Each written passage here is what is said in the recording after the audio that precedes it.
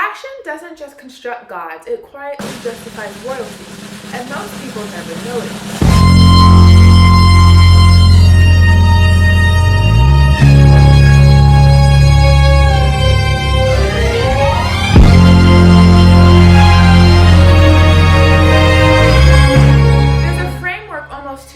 Designers as prophets, runways as scripture, icons immortalized as saints. Even recently, fashion as religion has been framed this way: clean, digestible, almost poetic. And it's correct, but it's incomplete.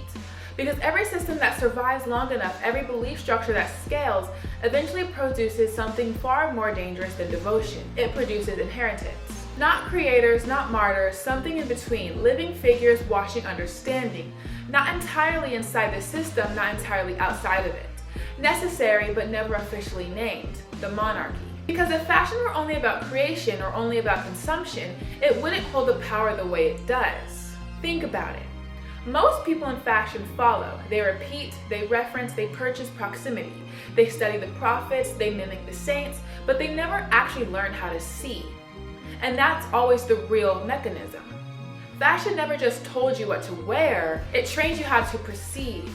Guy Debord called it the spectacle, a world where image replaces reality. Jean Beaulier went further, arguing that copies replace the original entirely. In fashion, it doesn't escape that system, it perfects it. But here's the difference. Most people are consumed by the image, a few people learn to read it, and an even smaller group understands where the image ends and their perception begins. That's where hierarchy actually shifts, because power in fashion was never about being seen, and it was never about creating. It was about interpretation. This is where the idea of princess changes, not soft, not decorative, not aesthetic, structural, a position, not a look. A princess is not elevated by fashion, she is not validated by it. She does not need proximity to designers or approval from editors or visibility from an algorithm, because she understands something most people don't. That meaning never flows downward. The industry wants you to believe designer, editor, image, you. But that's a myth. Meaning is completed at the level of the observer, always has been. And the rarest position in fashion is not the one creating, it's not the one being seen, it's the one who sees clearly, without distortion, without desperation, without needing to belong so badly that they forget they ever had perspective.